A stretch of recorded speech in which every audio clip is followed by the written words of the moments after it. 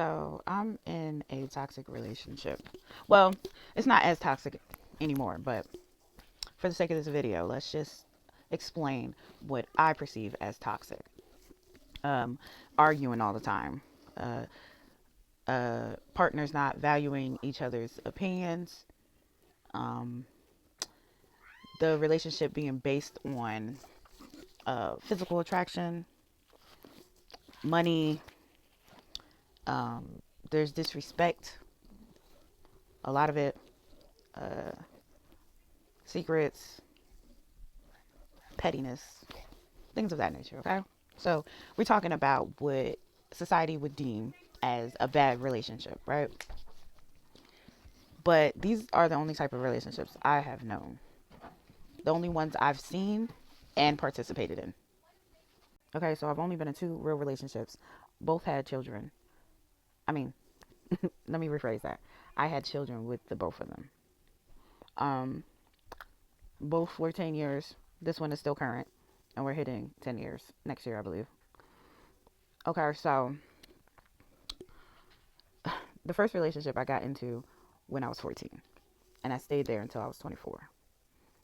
There's a lot to explain that happened during that time, but it was toxic. This next relationship happened 3 months after I left the last one, and he's older, 20 years older. There's a lot of things that went on, and I can explain those things later if anybody wants me to, but I want to focus right now on the fact that you are capable of fixing yourself and loving yourself better while still in a relationship. Now, the reason I chose to stay in this relationship is because of the children. Everybody says, don't do that, just move on, right? I haven't came to that conclusion yet because I can only see things getting worse from experience, from what I did with the last one. Okay, my daughter is 16 and she lives with her father. And I didn't want that.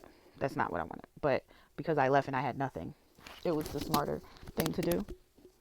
I can get into that later too. And I don't want a situation where I leave this relationship and I'm in a worse position. It affects the kids. I still do not have stable income. So that comes into factor too. Now, because I have the luxury of being with my kids all day and not having to clock in, I've had time.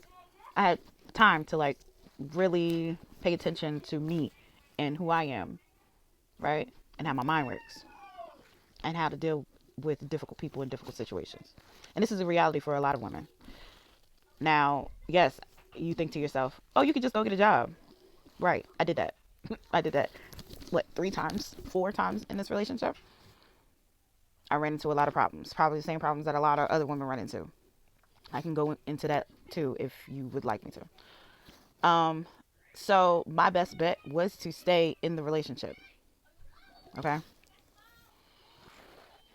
Um, so with that, staying, I had to figure out how to make this work for me and the kids. The reality of the situation is I have 4 children. Um, and so the jobs that are available to me don't pay well. And looking around, even the people who don't have children and are able to get better jobs than I can still are struggling. So I had to be realistic with myself. No, I don't like the way he talks to me. No, I don't like some of the things he's done to me. And I definitely don't like that he still says these things didn't happen. And it really had messed up my head real bad. But financially, logically, it only made sense to stay. Okay. Now I had to deal with my emotions. Okay. I tried therapy a couple of times. Um, they didn't have much feedback other than just leave, if it's tough, leave.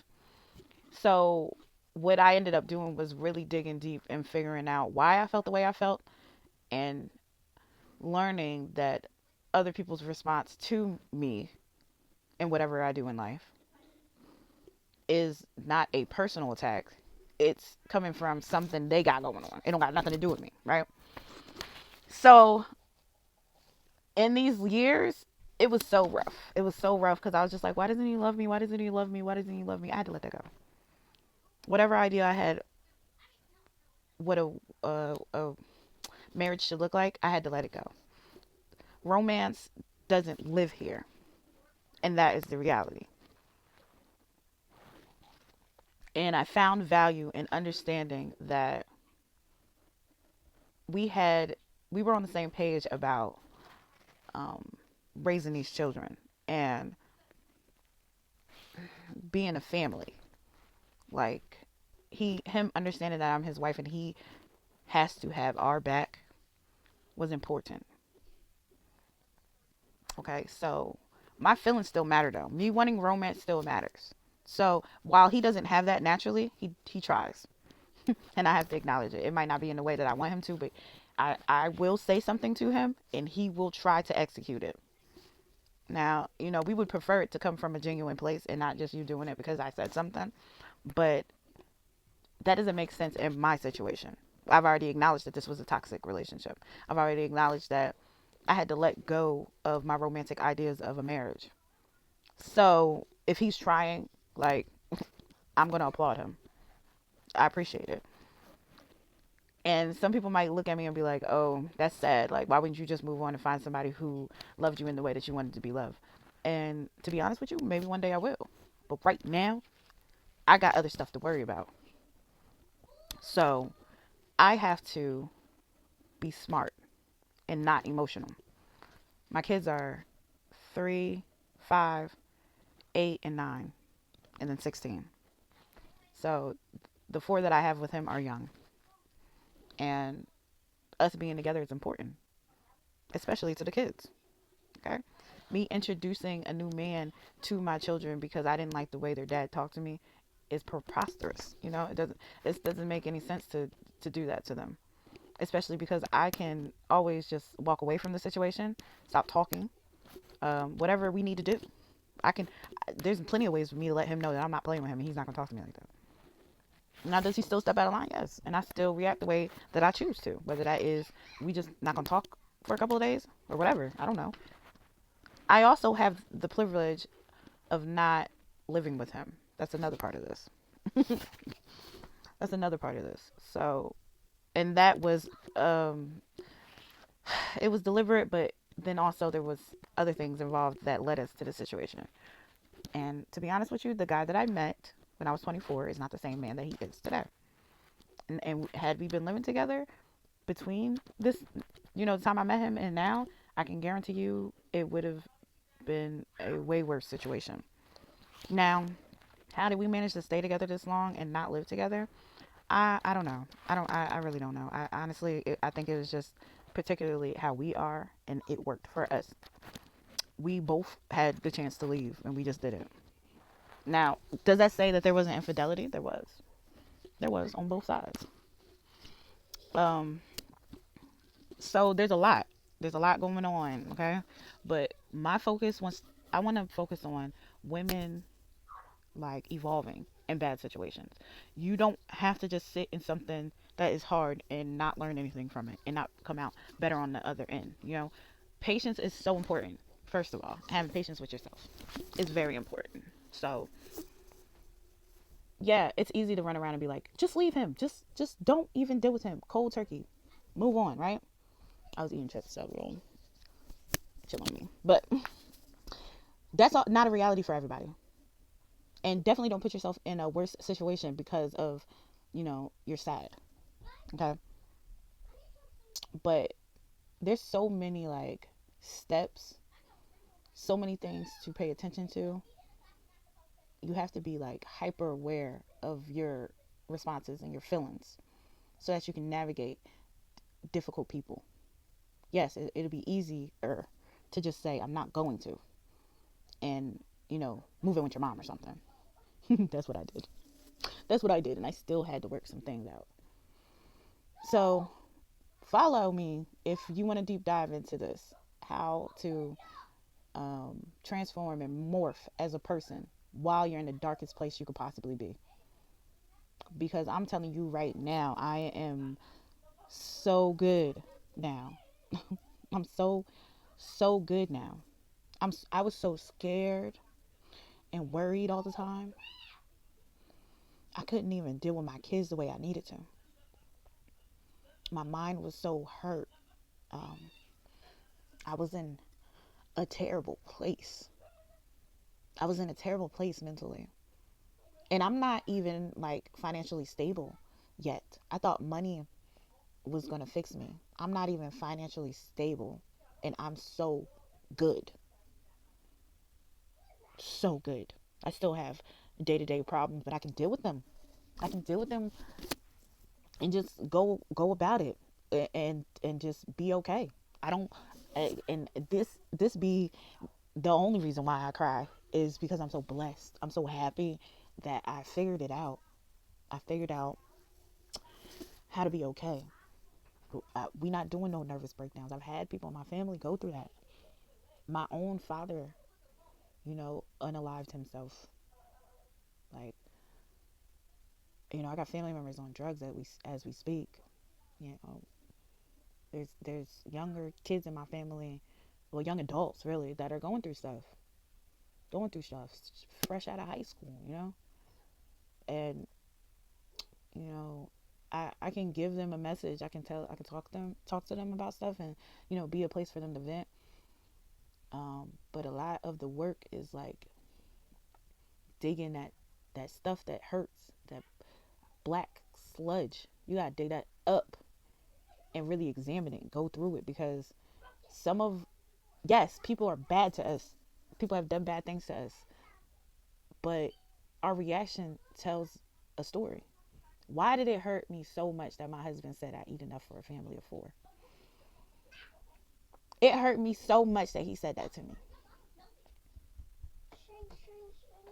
It hurt me because I knew I was drinking too much. I knew I was eating too much. I knew I wasn't taking care of myself and hadn't been for years. Okay? It hurt me because I was like, why would you talk to me like that? Like, you're supposed to treat me like I'm your little, weak spot. Why would it be okay to hurt my feelings? And he had been doing that. He had been doing that to me for years. So why would I not expect him to say something so foul? So then I had to ask myself, am I crazy? You're expecting somebody to deal with you with kid gloves, and he never has. I had to pick that apart too. Now what he said wasn't my fault. How he treated me is not my fault. But me expecting him to be kinder to me and understand that would hurt my feelings is crazy because he never has. You know? So there's different parts of this. It's different things you got to really look at. And I had to understand that he is sometimes jealous of me. That's a reality. That is real. I'm not making that up in my head. That's a reality. So to question myself about like to think about romance and jealousy in the same pot, that doesn't make any sense. But it's possible to really understand what's happening and how to navigate through it. And I think that's more important than running away, because I've learned so much, and the woman that I am today is because of how he treated me. I'm not even gonna lie, and I love this woman. Like, she's a strong girl. Like, you could put me in any situation and I'm gonna be all right. You can guarantee that. I'm gonna be just fine. Your mind can adapt, and it will adapt. You don't have to be sad. You don't have to be sad.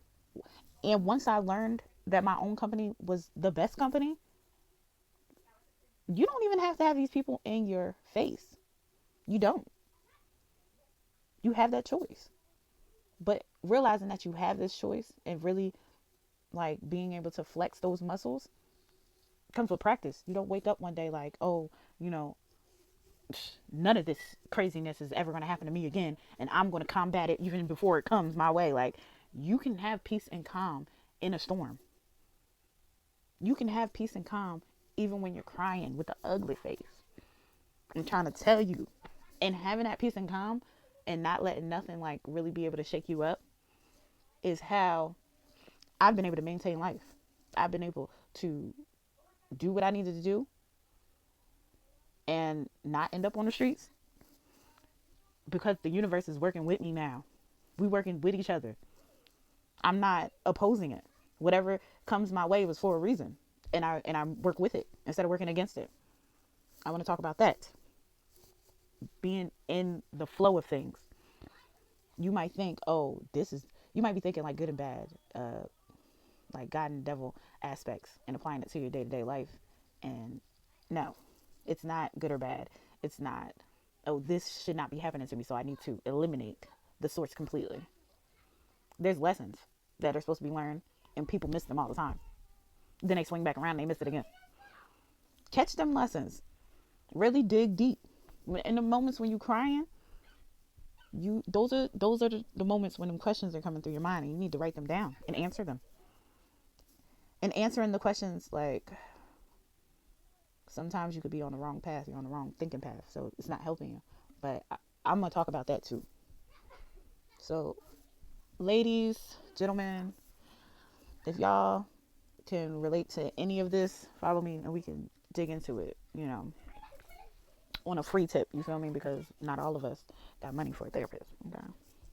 But this is just like personal advice from my personal experiences, and I also want like information from you guys, like, because I don't know everything. I honestly don't have like real, I don't know, solid proof. Like, I'm just talking from my experiences. You know, I've been able to do this. Maybe other people should just completely walk away from stuff. I'm not. I'm not like having like a domestic situation. You know what I'm saying? I'm not in those type situations. So, and if you are, like, those are not those are not safe places. You got to be safe first. Your life depends on that. So, yeah, definitely hit your friend house, your mom house, whoever house, a shelter. Been there. I've been there. So do what you gotta do. But if you're safe, like, I'm gonna help you be safe up here. That's what I'm gonna help.